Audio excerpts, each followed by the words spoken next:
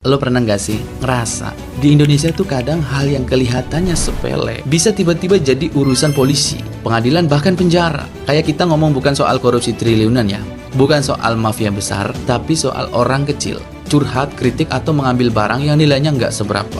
Dan anehnya, beberapa kasus yang kini beneran pernah kejadian. Contohnya Nenek Mina. Tahun 2029 beliau diproses hukum karena memetik 3 buah kakao. 3 buah men. Di titik ini gue bukan bilang mencuri itu boleh ya guys ya. Salah tetap salah. Tapi pertanyaannya, apakah semua kesalahan kecil harus langsung dibawa ke jalur pidana? Apakah nggak ada ruang buat minta maaf, ganti rugi, mediasi, atau diselesaikan secara manusiawi? Terus ada Prita Mulyasari. Awalnya dia cuma curhat lewat email soal pengalaman buruk di rumah sakit. Email itu menyebar, lalu dia dipolisikan, sempat ditahan, dan kasusnya muter bertahun-tahun sampai akhirnya dia bebas. Bayangin, lo lagi kecewa sama pelayanan, terus curhat, tapi bukannya didengar, malah berhadapan sama hukum. Jadinya orang mikir 2 kali buat ngomong jujur guys. Yang lebih nyesek lagi, kasus Baik Nuril. Dia disebut korban pelecehan verbal, merekam percakapan buat bukti, tapi malah dia yang kena undang-undang ITE dan divonis 6 bulan penjara plus denda 500 juta. Untungnya tahun 2029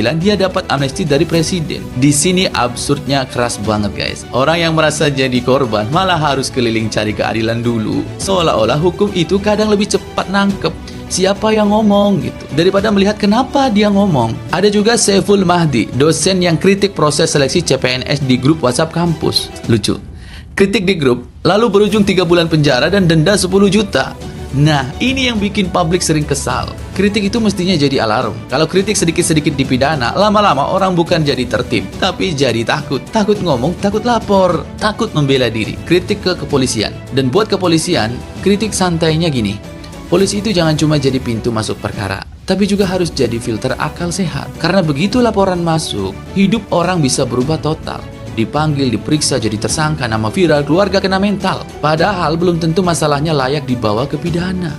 Polisi itu idealnya bukan cuma ada laporan gas, tapi tanya dulu, ini kerugiannya seberapa? Ada niat jahat serius? Enggak. Bisa damai? Enggak. Korbannya bisa dipulihkan? Enggak. Pelakunya orang kecil yang khilaf atau memang penjahat yang berbahaya? Apalagi sekarang sudah ada aturan keadilan restoratif di kepolisian.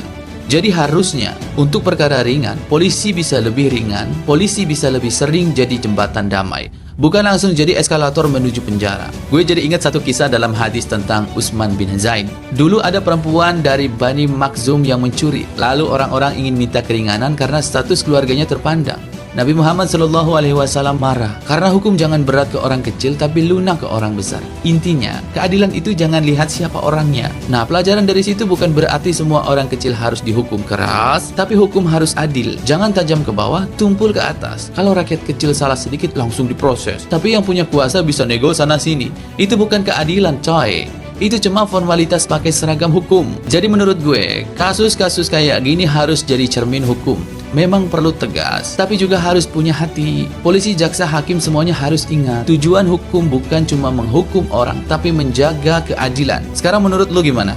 Kasus kecil kayak gini harus tetap diproses biar ada efek jerah atau harusnya diselesaikan dulu secara kekeluargaan? Tulis pendapat lo di komentar. Kalau lo suka bahasa hukum yang ringan tapi bikin mikir, follow akun ini. Nanti gue bahas lagi kasus-kasus di Indonesia yang kelihatannya sepele, tapi ternyata bisa bikin orang masuk bui.